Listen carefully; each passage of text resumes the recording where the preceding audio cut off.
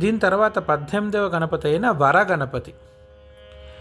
కోరిన కోరికలన్నీ ఇచ్చే గణపతి, ఈయన్ని వరగణపతి అని అంటారు. ఈయన శివుడితో సమానమైన వాడు. శివుడితో సమానము అని ఎందుకంటే శివ తపస్సు చేసిన ప్రతి వారికి శివుడు మెచ్చుకుంటే శివ తపస్సుకి ఆ భక్తుడు కోరిన ఏ కోరికైనా సరే శివుడు ఇచ్చేస్తాడు మొదట. తదనంతరం వచ్చే పరిణామాల గురించి అప్పుడు ఆలోచించరు, మొదట ఆయన ఇవ్వడమే ఆయన పని. అలాగే ఈ వరగణపతి కూడా ఆరాధన అదే విశేషం.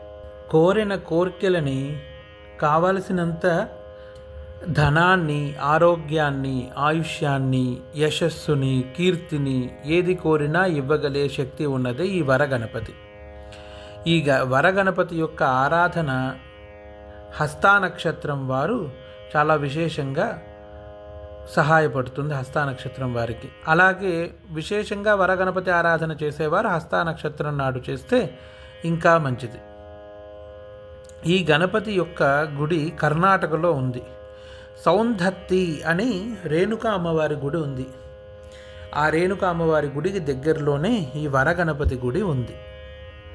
ఈ వరగణపతి యొక్క ధ్యాన శ్లోకం సింధూరాభ మిభాననం త్రినయనం హస్తే చ పాశాంకుశౌ బిభ్రాణం మధుమత్కపాల మనిషం సాధ్వీందు మౌళీం భజే పుష్ట్యాశ్లిష్టతనుం ధ్వజాగ్రకరయా పద్మోల్లసత్ హస్తయా తద్యోన్యాహితపాణిమాత్తవసుమత్ పాత్రోల్లసత్ పుష్కరం అని. ఇది వరగణపతి యొక్క విశేషమైన మార్గంలో మనం ఇదివరకు చెప్పుకున్నట్టుగానే గణపతి యొక్క ఆరాధనలో మంత్రశాస్త్ర మార్గము, తంత్రశాస్త్ర మార్గము, యంత్రశాస్త్ర మార్గము అని 3 రకాల మార్గాలు ఉన్నాయి.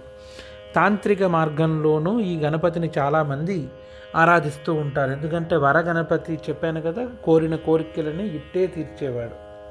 అందుకని తాంత్రిక పద్ధతిలో చాలామంది అవలంబిస్తూ ఉంటారు.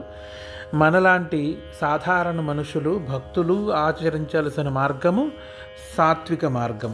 ఈ సాత్విక మార్గానికి ఈయన రూపంతో పాటు భజే, భజే అంటే ప్రార్థిస్తున్నాను. ఎవరిని అంటే సింధూరాభం. సింధూరాభం అంటే సింధూరపు రంగుతో, సింధూరాభం ఇభాననం, చంద్రుడి వలె రంగు మొత్తం సింధూరంలో ఉంది, కానీ ముఖం మాత్రం చంద్రుడి వలె తెల్లగా ఉందిట. త్రినయనం 3 కళ్ళతో, హస్తేచ పాశాంకుశో